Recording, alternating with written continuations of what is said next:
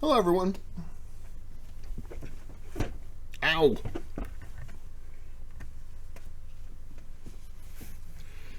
Can I have...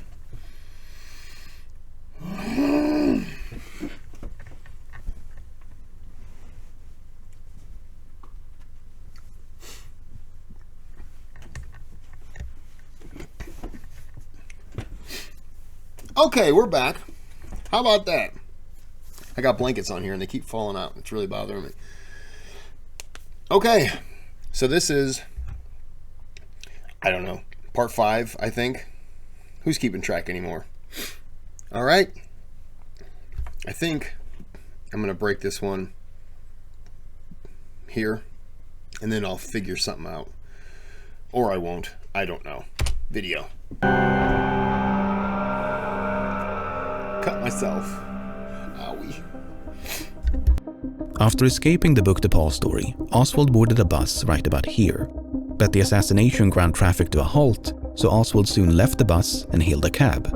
After returning to his rooming house in Oak Cliff, a neighborhood in southwestern Dallas, Oswald changed his clothes, grabbed a gun, and left in a hurry. 78.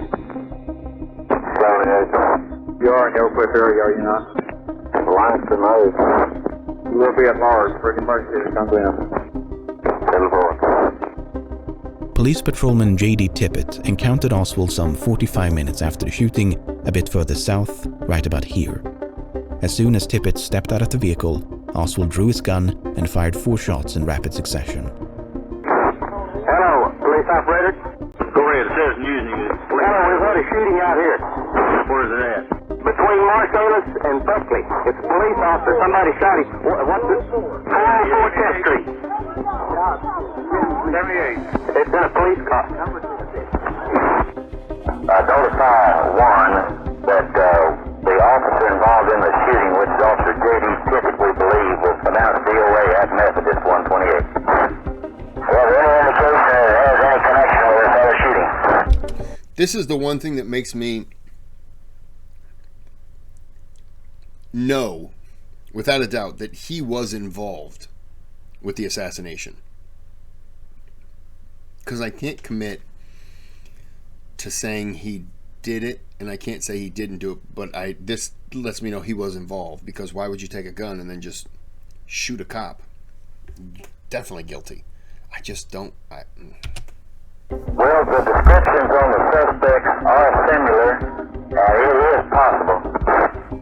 Oswald was then caught sneaking into a nearby movie theater without purchasing a ticket. Spam information that a suspect just went in the Texas theater on West Jefferson. Simple. A large contingent of officers descended upon the theater. They surrounded the building, switched on the lights, and approached the suspect. Flanked by officers, Oswald drew a gun, and a brief scuffle ensued. But this time he was quickly subdued, handcuffed, and taken to police headquarters back in downtown Dallas.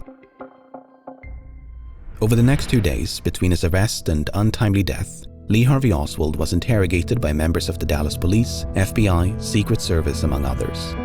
None of it was recorded. Did you have any tape recorders? No, sir. I don't have a tape recorder. We need one. If we had one at this time, we could have handled these conversations far better. The Dallas Police Department. Far better? Without a recording, I'm sure you handled it exactly the way you wanted it to go. Because there's no proof of anything. Outside of, yeah, you can't, beat him until he's bruised. I mean, you know what? Yeah, you could, because you could say, hey, he tried to kill another cop. Doesn't have one. No, sir. I have requested one several times, but so far, they haven't got me one. So, no one knows exactly what was said inside this room. Instead, we have to settle for the cliff notes. And of especial interest to us is Oswald's alibi. These people have given me a hearing without legal representation or anything. You shoot the president? I didn't shoot anybody, no, sir. You just heard Oswald, who said he did not shoot anybody. Oswald vehemently denied any involvement in the assassination. Instead, no, I didn't shoot anybody. Well, J.D. Tippett begs to differ, sir. Instead, he claimed to have eaten lunch with 2 co-workers on the first floor of the book depository. One of them was a black co-worker whose name Oswald could not recall. The other was James Jarman. Were you with anybody when you were walking around on the first floor finishing your sandwich? No, I wasn't. I was trying to get through so I could get out on the street. Did you see Lee Oswald? No, I didn't. After his arrest, he stated to a police officer that he had had lunch with you. Did you have a lunch with him? No, sir, I didn't.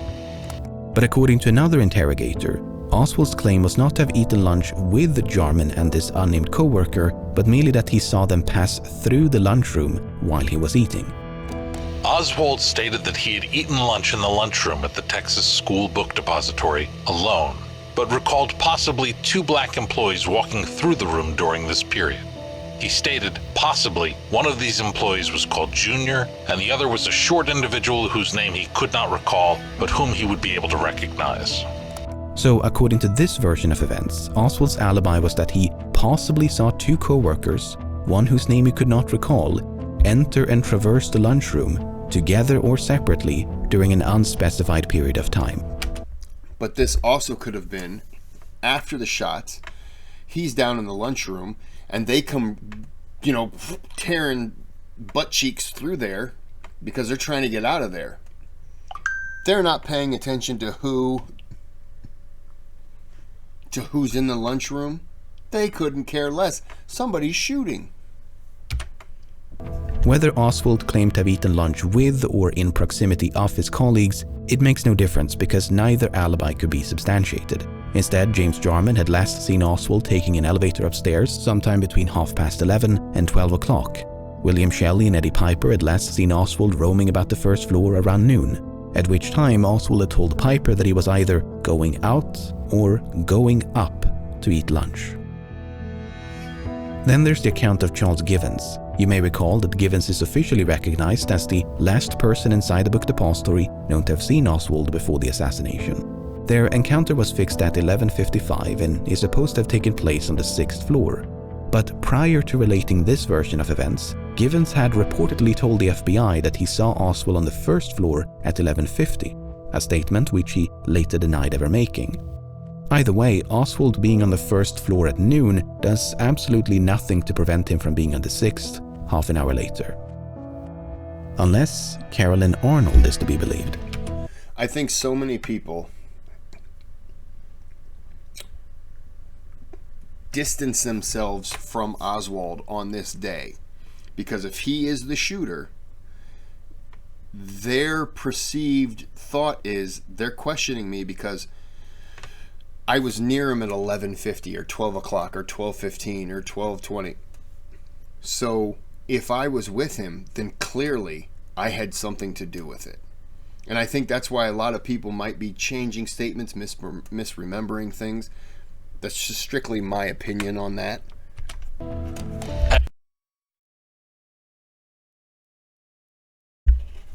Come on.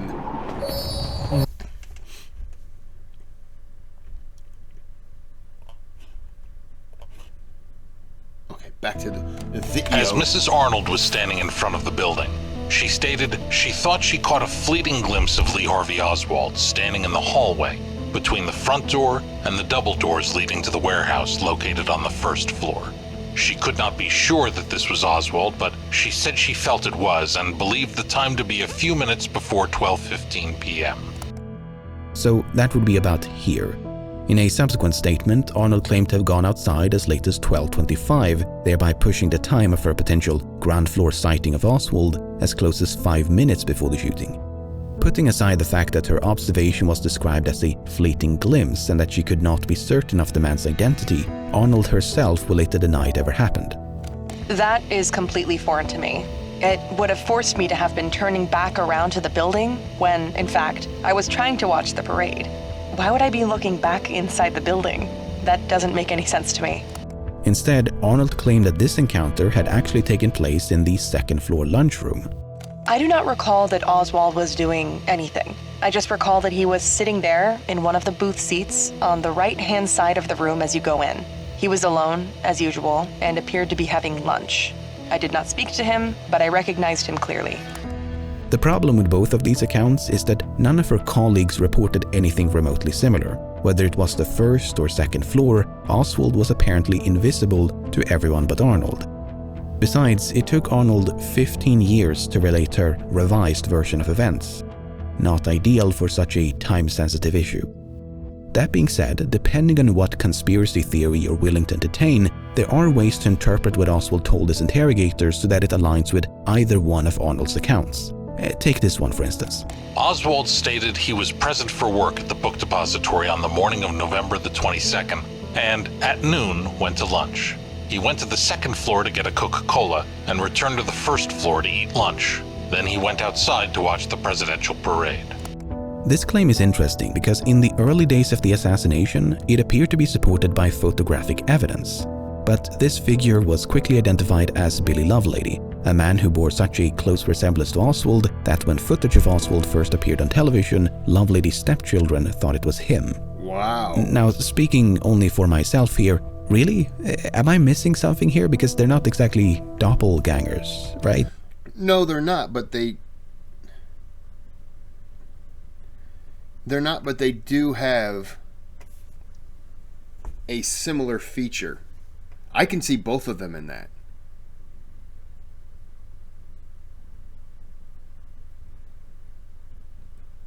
Wow. You know who I really see in that? Who's the guy from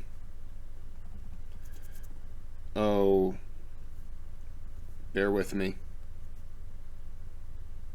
Bear with me.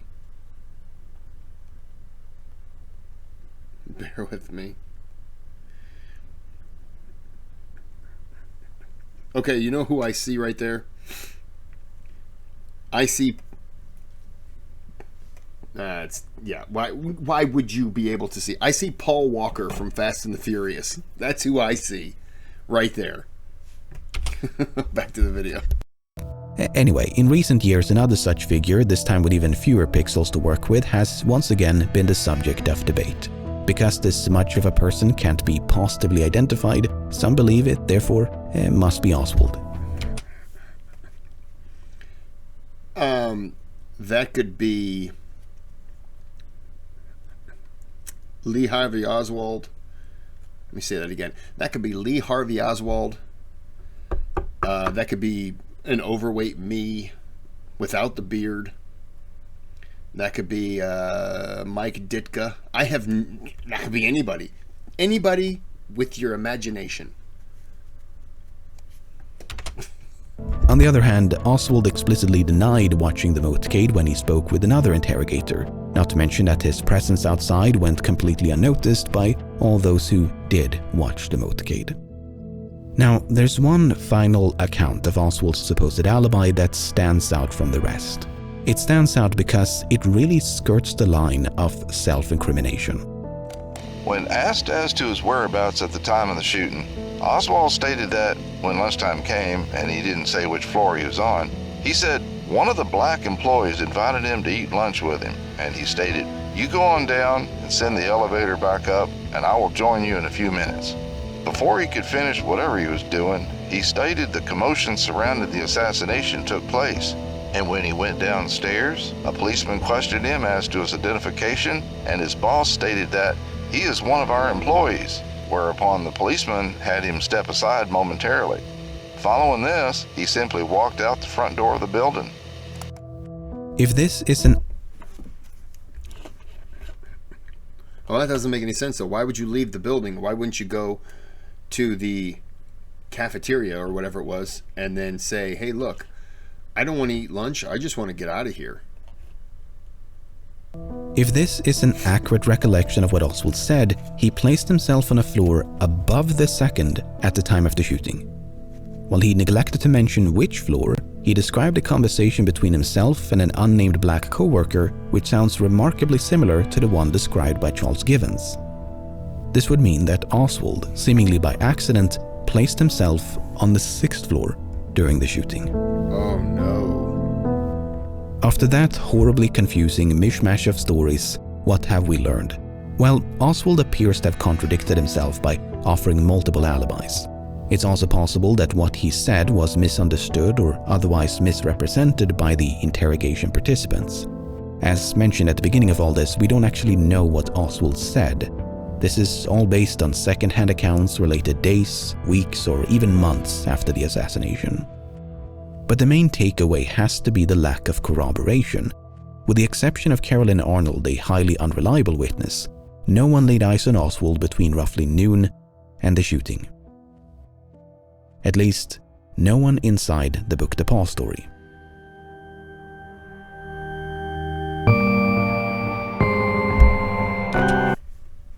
And I think I said earlier, maybe he hid the curtain rods outside. That's why he came into the building. He hadn't been seen with them. He had a window where he went out and got it, and then maybe took the stairs and ran up or something. I don't know. I'm just throwing the stuff out. Whatever sticks.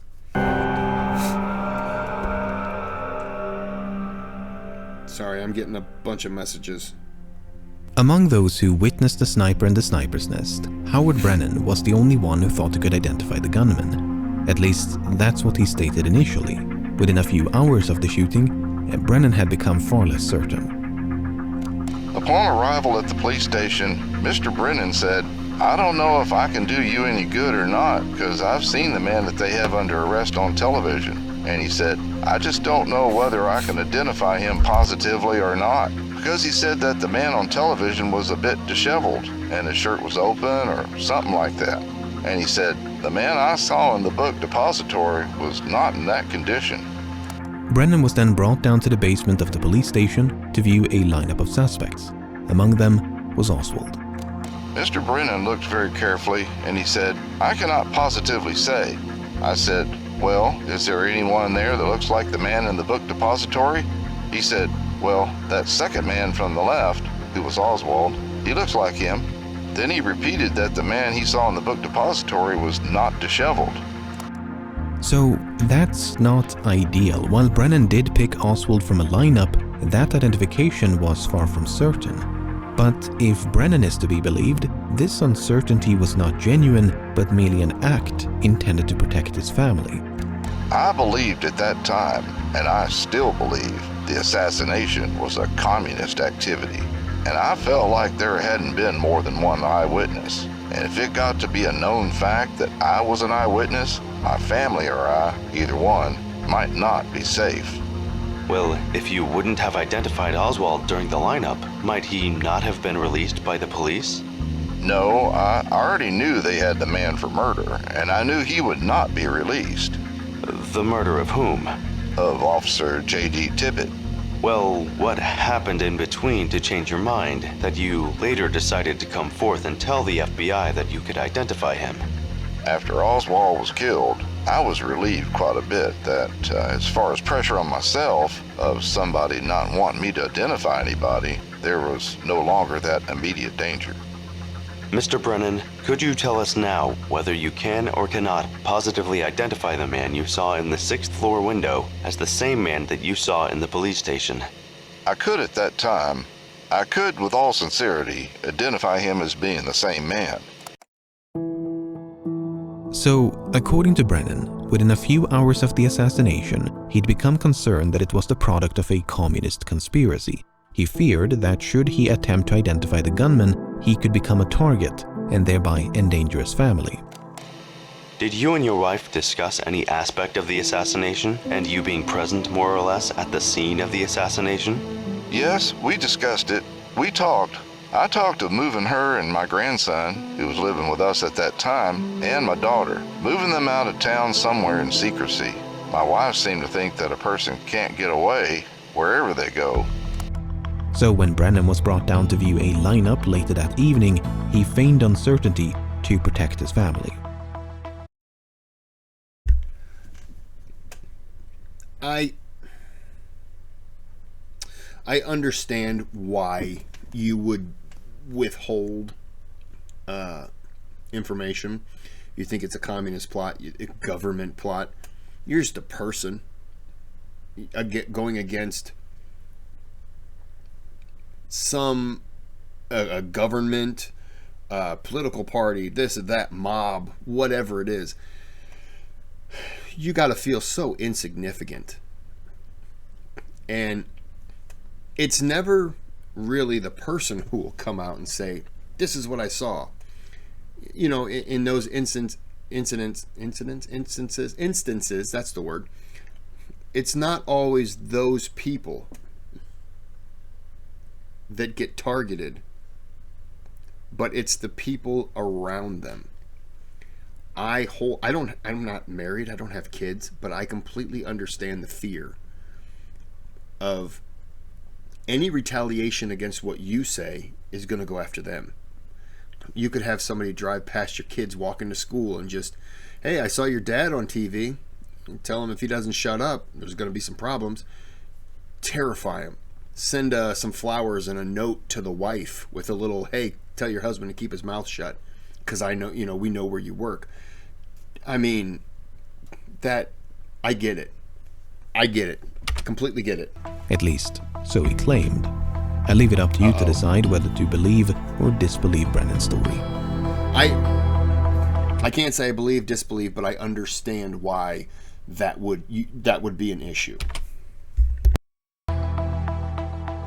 On Sunday morning, November the 24th, Oswald was scheduled for transfer from the city to the county jail. Reporting from outside the police station, a local news correspondent couldn't help but to jinx the whole shebang. Now, this is the armored truck that will carry Lee Harold Oswald from the basement here of Dallas Police Headquarters downtown to the Dallas County Sheriff's Office and the Dallas County Jail.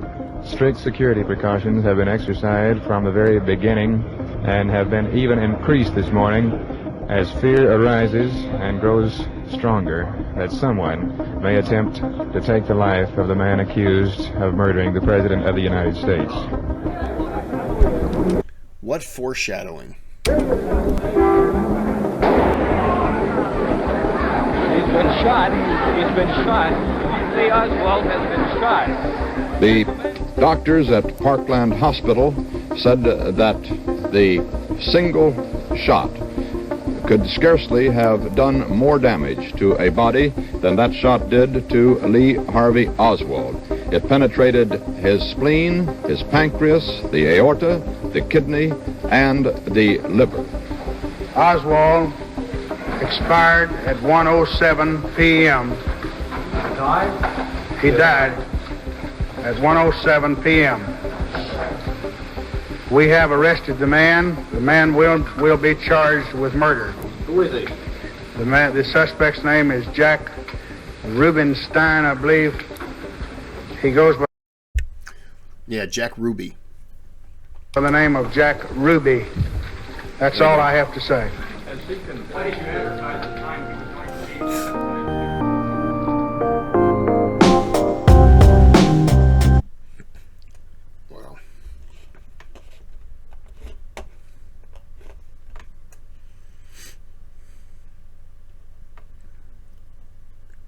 It's been crazy. You know what? I'm feeling good. We're going to roll with the last part. We're doing it.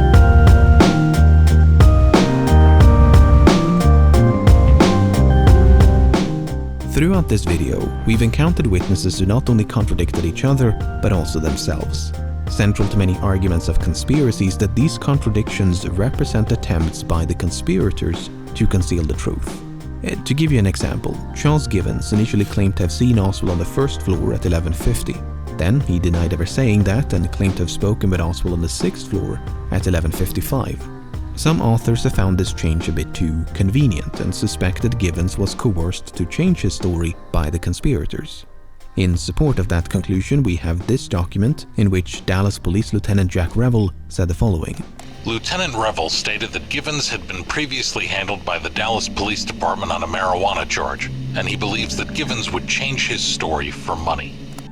About 2 months later, Givens did precisely that. He changed his story. But let's have a think about this. According to this interpretation of events, the conspirators had free rein to dictate Givens' testimony.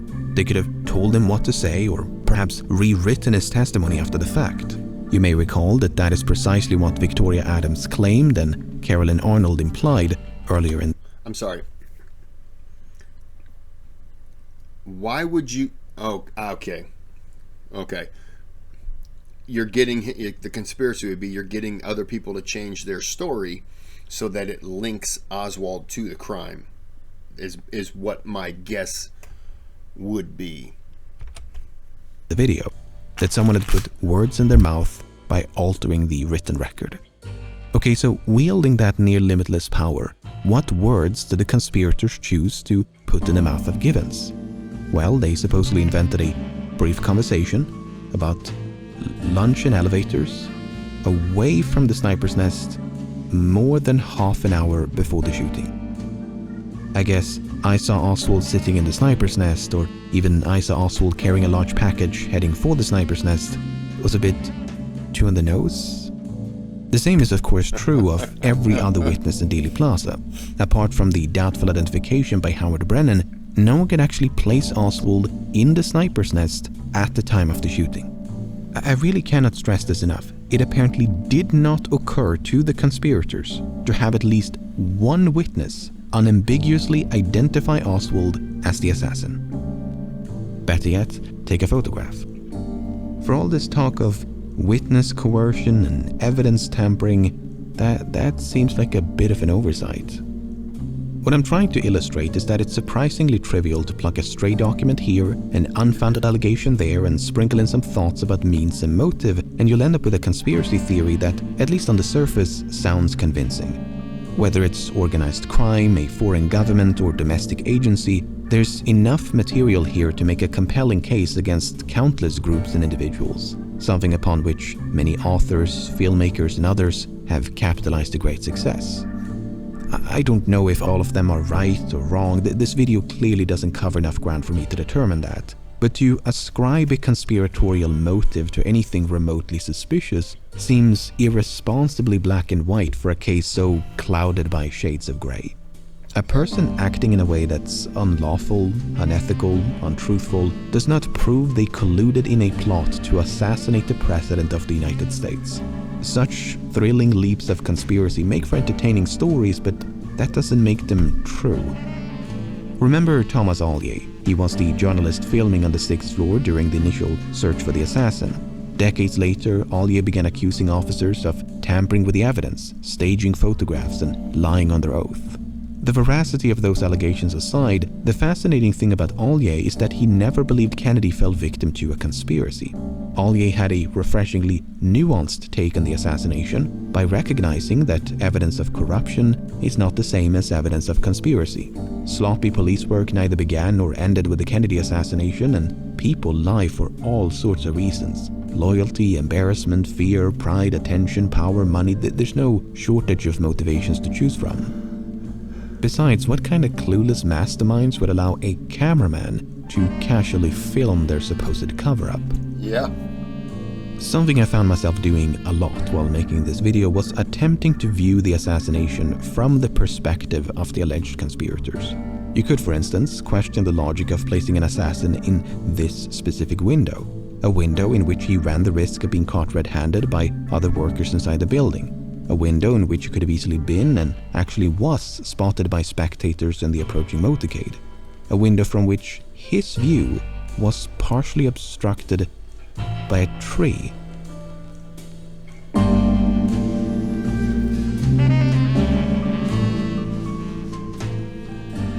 You can also question the logic of using a sniper to shoot at a moving target in the first place, especially when that person had a tendency to stand still in very exposed public places.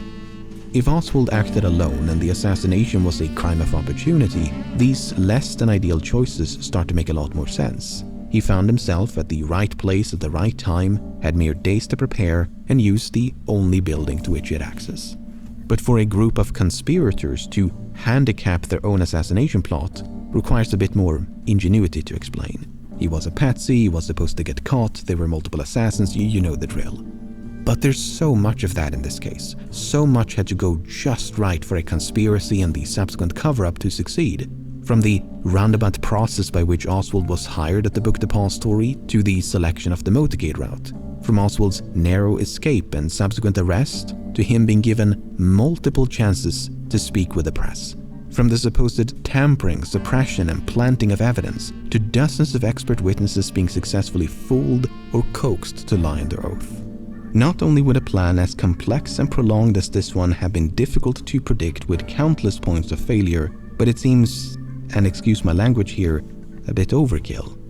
Yes, Kennedy was the President of the United States, but he was not exactly difficult to access. He was rather famous for abandoning his Secret Service detail and wandering off into crowds. In fact, that's precisely what he did on multiple occasions during this very trip. Now decided to shake hands with one or two more people, but this is the moment where the Secret Service has its point of tension. They say, when the President stops moving, that's when we're concerned, because that is when the possibility of trouble comes to the forefront. This was one of those impromptu moments for which President Kennedy is so well known. So many times you have heard that the Secret Service men suddenly find themselves without the President, that suddenly he has left them and stepped into the crowd and decided to shake hands and give his personal greetings. You could say perhaps that this is more the norm now than the unexpected, because it has been done so many times. As this news correspondent was alluding to just a few minutes before the actual shooting, all it takes is one person with a gun at point-blank range. Not unlike the shooting of Oswald. Think about that the next time you watch a documentary or read one of the thousands of books implicating members of the Secret Service, FBI, CIA, Dallas Police Department, politicians, lawyers, doctors, investigators, witnesses, and so forth. Think about how all these alleged co-conspirators did not have to be a part of any of this. Just one person in a crowd whose guilt is assured the moment they pull the trigger. By roping in this ensemble cast of characters, it inadvertently makes the conspirators seem clueless.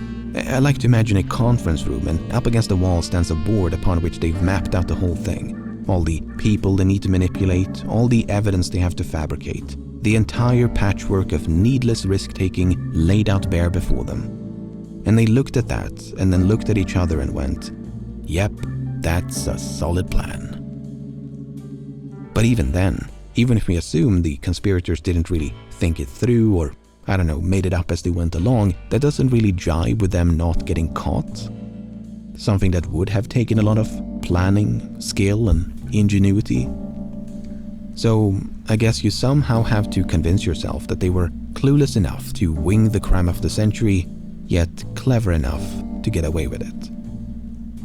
And therefore, there was no conspiracy. No, I don't believe any of these arguments make it impossible for others to be involved. They just make it a bit more difficult to keep that tinfoil hat firmly in place. I mean, if there was an argument with which to close the book on this case, I would not be the first to think of it nearly 6 decades and a continent removed from the events in question. I can guarantee you that much. Also, the word conspiracy doesn't even necessarily mean that there were other people involved in the planning and execution of the assassination. For instance, there's what some refer to as a benign conspiracy. This typically means that there was a cover-up, but it was not motivated by the concealment of complicity, as is so often assumed. Instead, Oswald did act alone, but there was some other motive behind the suppression of evidence. A common one being that federal agencies attempted to save face by concealing or downplaying the full extent of their failure to prevent the assassination. I mean, a known communist with ties to Russia blindsiding the entire intelligence community by assassinating the commander-in-chief on a public street in broad daylight at the height of the Cold War is not exactly resume material. Point being that there are countless ways to interpret the evidence in a case as vast as this one. I am not exaggerating when I say that you could easily make dozens of these videos and still have plenty left to talk about. After all, the Texas school book Depository is but one piece of a much larger puzzle. Thanks for watching. Support me. That was awesome. Yeah, and the more people that are involved, the more chance that, as I say, loose lips sink ships. I've also heard, if you're going to do a crime, do it by yourself.